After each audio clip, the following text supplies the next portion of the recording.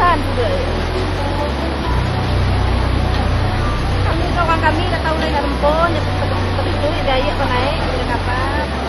Selamat siang pemirsa, kembali bersama saya dalam laporan mendalam situasi terkini bencana alam di tanah air. Pagi ini, Senin, 27 April 2026, duka mendalam kembali menyelimuti Provinsi Jambi. Intensitas hujan yang ekstrim selama 48 jam terakhir telah memicu luapan sungai-sungai besar, melumpuhkan aktivitas warga di beberapa kabupaten kunci. Laporan terbaru yang kami himpun dari lapangan menunjukkan situasi kritis di Kabupaten Sarolangun dan Merangin.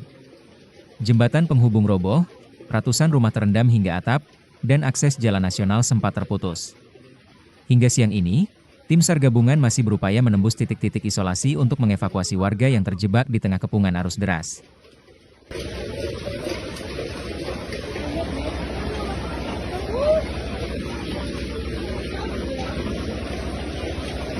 Masya Allah, karam Jo, batang asai karam Jo.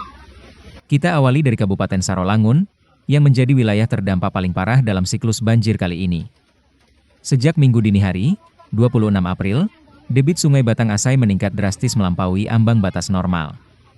Di Kecamatan Batang Asai, sebuah jembatan di Desa Bukit Berantai dilaporkan roboh diterjang derasnya arus sungai, memutuskan akses utama ribuan warga. Kondisi memprihatinkan juga terlihat di Kecamatan Batin 8. Di Desa Teluk Kecimbung, kenaikan air dilaporkan mencapai 2 meter hanya dalam hitungan jam. Data sementara mencatat ratusan rumah terendam. Bahkan, laporan visual menunjukkan warga terpaksa naik ke atas atap rumah untuk menyelamatkan diri, menunggu bantuan perahu karet yang terbatas jumlahnya. Tidak hanya merendam pemukiman, banjir bandang ini juga membawa material kayu dan lumpur yang mengakibatkan 2 unit rumah warga hanyut terbawa arus. Kecepatan air yang datang mendadak membuat sebagian besar penduduk tidak sempat menyelamatkan harta benda mereka.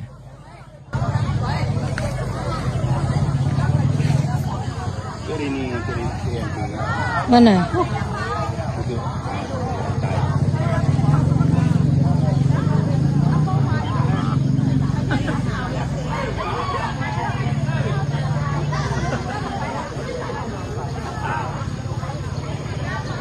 Bergeser ke Kabupaten Merangin, pola serupa juga terjadi.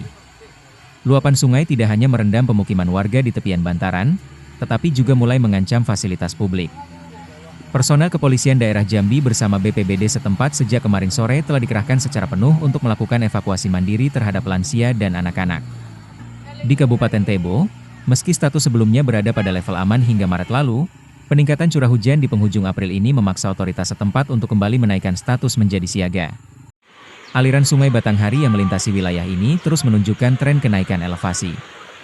BPBD Tebo mengonfirmasi bahwa beberapa titik di badan jalan nasional yang menghubungkan Tebo dengan Tanjung Jabung Barat mulai tergenang, memicu kemacetan panjang kendaraan logistik.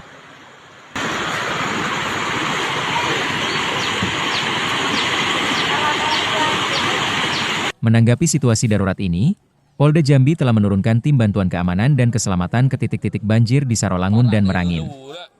Fokus utama saat ini adalah penyelamatan nyawa, rescue, dan penyaluran logistik dasar. Di sisi lain, pemerintah Provinsi Jambi melalui Dinas Sosial mulai mendirikan dapur umum dan posko kesehatan di pengungsian. Terkait ketersediaan pangan, pemerintah provinsi memastikan stok beras masih berada pada level aman, yakni sekitar 14.258 ton. Namun, tantangan utama saat ini adalah distribusi. Banyaknya akses jalan yang terputus atau terendam air setinggi lutut orang dewasa menghambat truk bantuan untuk mencapai desa-desa terpelosok di wilayah hulu.